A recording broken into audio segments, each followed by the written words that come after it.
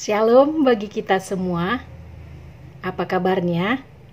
Kiranya Bapak Ibu, Saudara-saudari dalam keadaan sehat dan sukacita dimanapun berada pada saat ini.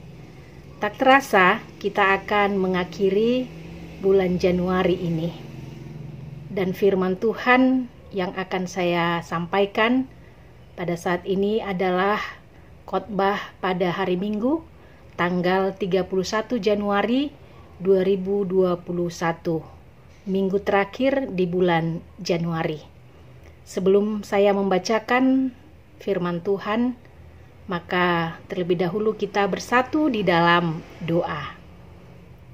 Damai sejahtera Allah yang melampaui segala akal, itulah kiranya yang menerangi hati dan pikiranmu untuk mendengarkan firman Tuhan dalam Kristus Yesus Juru Selamat dunia. Amin. Firman Tuhan untuk ibadah Minggu tanggal 31 Januari 2021 diambil dari Injil Lukas pasal yang keempat, dimulai dari ayat 31 sampai ayat yang ke-37. Di dalam nama Tuhan Yesus Kristus, demikianlah pembacaan firman Tuhan. Yesus dalam rumah ibadat di Kapernaum. Kemudian Yesus pergi ke Kapernaum, sebuah kota di Galilea, lalu mengajar di situ pada hari-hari Sabat. Mereka takjub mendengar pengajarannya, sebab perkataannya penuh kuasa. Di dalam rumah ibadat itu ada seorang yang kerasukan setan dan ia berteriak dengan suara keras, "Hai engkau Yesus orang Nazaret, apa urusanmu dengan kami? Engkau datang hendak membinasakan kami. Aku tahu siapa engkau, yang kudus dari Allah." Tetapi Yesus menghardiknya, katanya, "Diam, keluarlah daripadanya." Dan setan itu pun menghempaskan orang itu ke tengah-tengah orang banyak, lalu keluar daripadanya dan sama sekali tidak menyakitinya. Dan semua orang takjub, lalu berkata seorang kepada yang lain, katanya, "Alangkah hebatnya perkataan ini, sebab dengan penuh wibawa dan kuasa ia memberi perintah kepada roh-roh jahat, dan mereka pun keluar. Dan tersebarlah berita tentang dia ke mana-mana di daerah itu." Demikianlah pembacaan firman Tuhan. Saudara-saudari yang terkasih, adapun yang menjadi tema pada khotbah Minggu 31 Januari ini adalah perkataan Yesus yang penuh kuasa.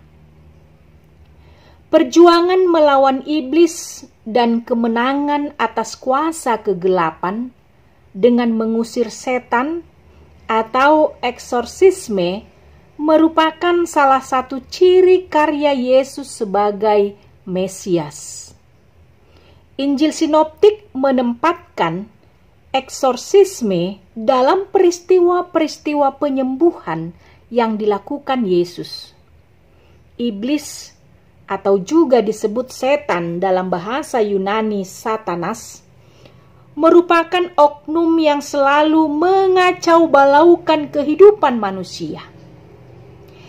Iblis senang melihat orang Kristen menjadi pengikutnya, dan segala macam upaya dan usaha dilakukan oleh iblis dalam sepanjang sejarah manusia yang membawa kepada kehancuran total hubungan manusia dengan Allah. Cerita pelayanan Yesus di Kapernaum merupakan kisah pembuktian awal bahwa kuasa iblis itu berkuasa dalam kehidupan manusia pada semua suku bangsa, dan bahkan nyata iblis pun ada di rumah ibadah sekalipun. Ini memperlihatkan bahwa musuh utama pewartaan Yesus mengenai kerajaan Allah adalah setan, yaitu tadi Satanas, dan roh jahat dalam bahasa Yunani yaitu pneuma to akartarton.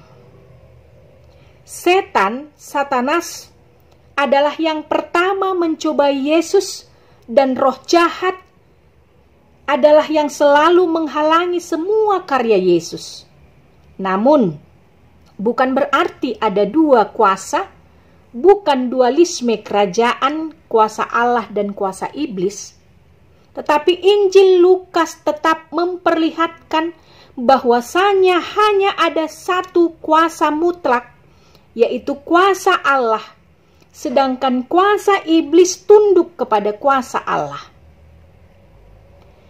Pada saat Yesus berkunjung ke Kapernaum, dan Yesus juga mengunjungi rumah ibadah pada hari Sabat, di rumah ibadah setiap laki-laki Israel berhak membaca dan menerangkan firman yang terdapat dalam Torah. Yesus tidak menyia-nyiakan kesempatan ini. Yesus pun menyampaikan pengajarannya. Pengajaran Yesus yang penuh wibawa dan bicaranya yang penuh kuasa, yaitu kuasa yang diterima Yesus dari Bapa yang mengutusnya.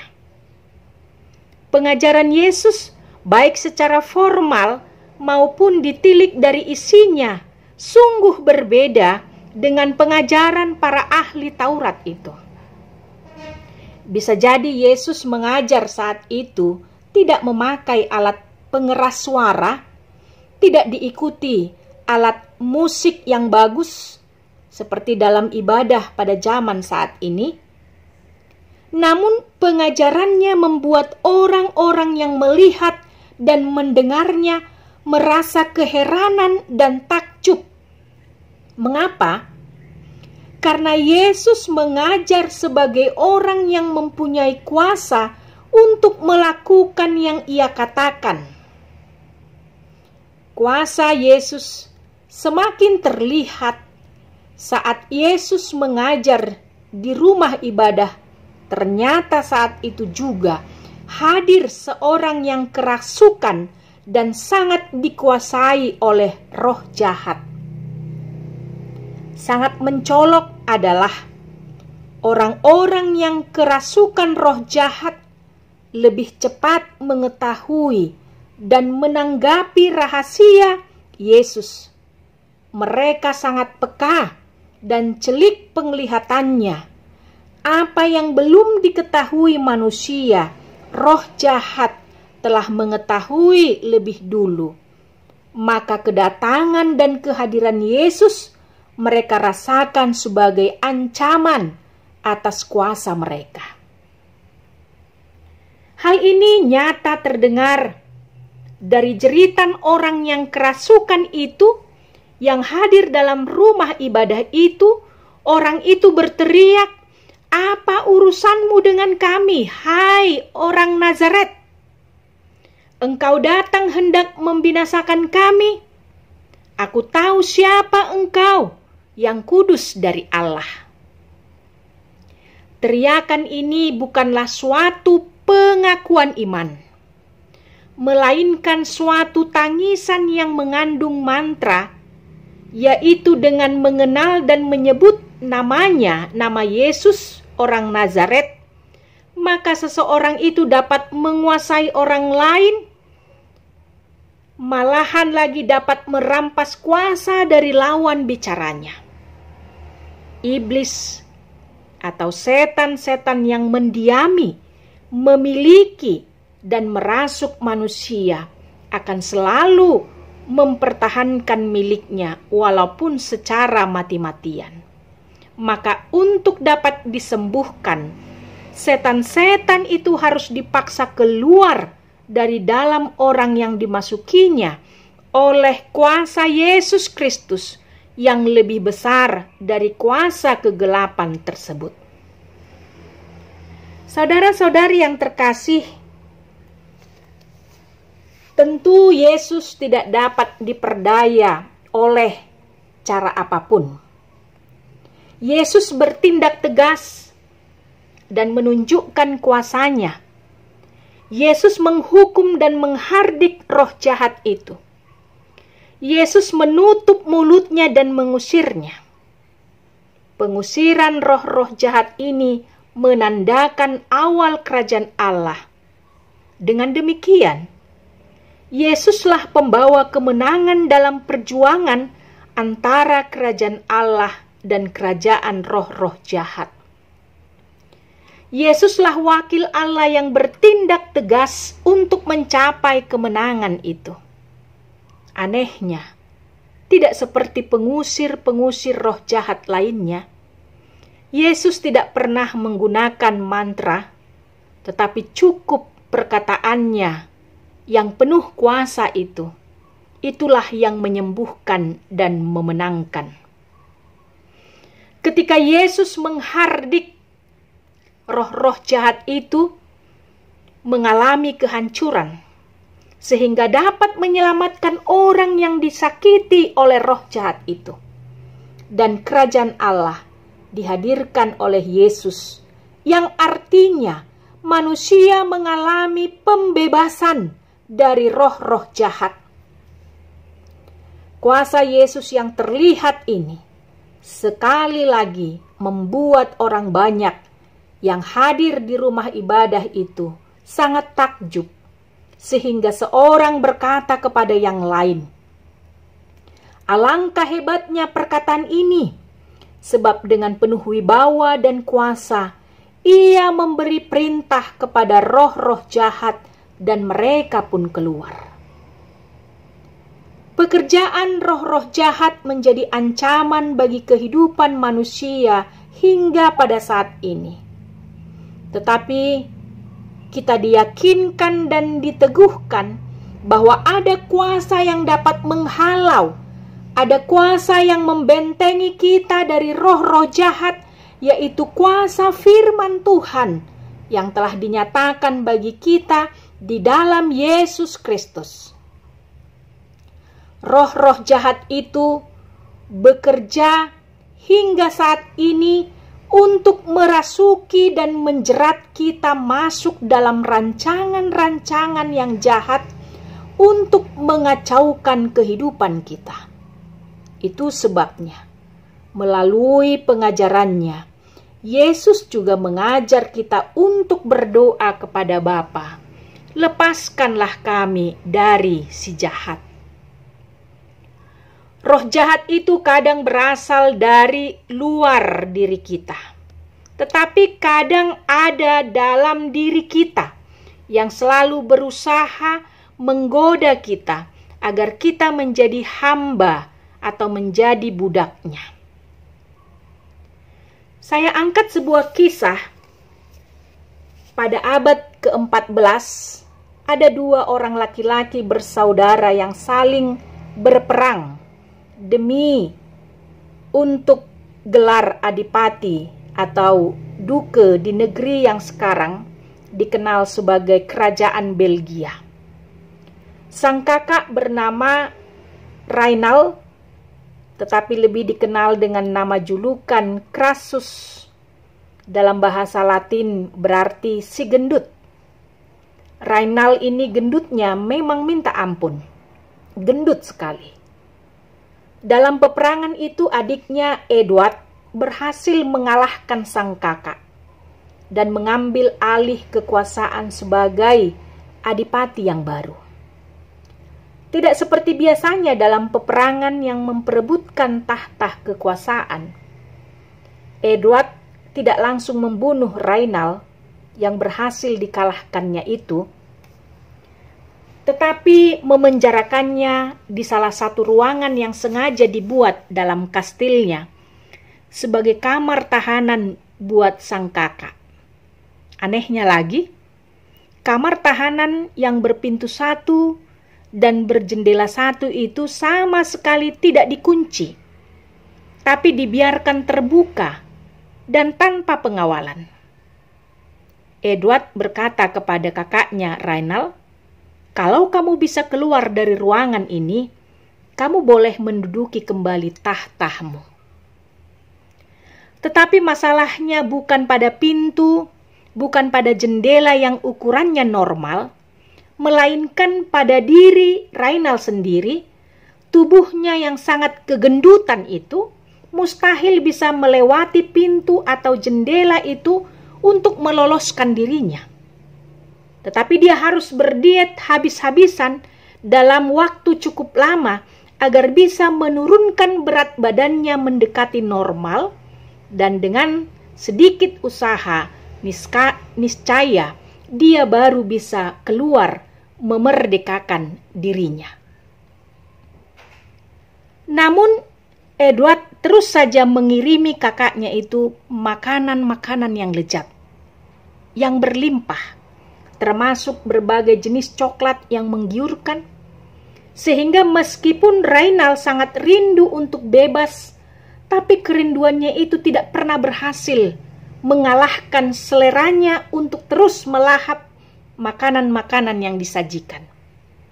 Terhadap tudingan bahwa Duke Edward berlaku kejam terhadap kakaknya, sang adik hanya menjawab, "Kakak saya itu bukan dipenjarakan, sebab dia boleh meninggalkan ruangan itu kapan saja dia mau." Rainal mendekam selama 10 tahun di kamar itu, sampai orang-orang datang membantunya keluar dengan membobol pintu setelah Edward tewas dalam suatu pertempuran. Bapak Ibu yang dikasihi oleh Tuhan Yesus Kristus, apa yang membuatnya begitu buruk ialah perbudakan itu bukan semata-mata dipaksa dari luar dirinya, sebaliknya itu datang dari dalam diri kita. Bagaimana kita bisa dibebaskan dari suatu perbudakan, dari suatu perhambaan, dari roh kedagingan, roh jahat yang berasal dalam diri kita? Tentu ketika kita mau mengisi hidup kita dengan makanan rohani, yaitu firman Tuhan sebagai roti dan susu untuk menguatkan iman kita. Dalam firman Tuhan, Roh Kudus akan bekerja untuk mengalahkan, untuk menelanjangi kuasa-kuasa kegelapan, segala bentuk kejahatan yang berusaha merusak dan menyerang hidup kita. Karena itu, penuhilah hidup kita sebelum mengawali aktivitas kita setiap harinya dengan makanan rohani, yaitu firman Tuhan. Jangan pernah ragu akan kuasa dan kebenaran firman Tuhan yang dibawa dan diajarkan oleh Tuhan Yesus kepada kita. Perkataan Yesus, firman-Nya yang penuh kuasa akan menjaga, melindungi, dan menyelamatkan kita. Amin. Kita kembali berdoa. Ya Tuhan Yesus yang Maha Kasih dan penuh kuasa, kami sungguh merasakan bagaimana kasih-Mu memelihara kehidupan kami setiap harinya. Banyak hal yang membuat kami kadang tergoda untuk jauh dari-Mu, karena godaan-godaan iblis yang selalu menawarkan keindahan dan nikmatnya dunia. Tetapi kami menyadari, ketika kami memberi sedikit hati kami untuk iblis si penggoda, maka kehidupan kami akan mengalami kehancuran. Maka kami tidak memiliki masa depan. Karena itu, tolonglah kami ya Roh Kudus, untuk tetap setia memberi waktu kami, mendengar dan membaca firman-Mu, dan mengimani firman-Mu, agar hidup kami tidak bisa dimasuki oleh kuasa-kuasa iblis, sehingga hidup kami di dalam kasih dan kuasa-Mu. Kami berdoa kepadamu. Amin.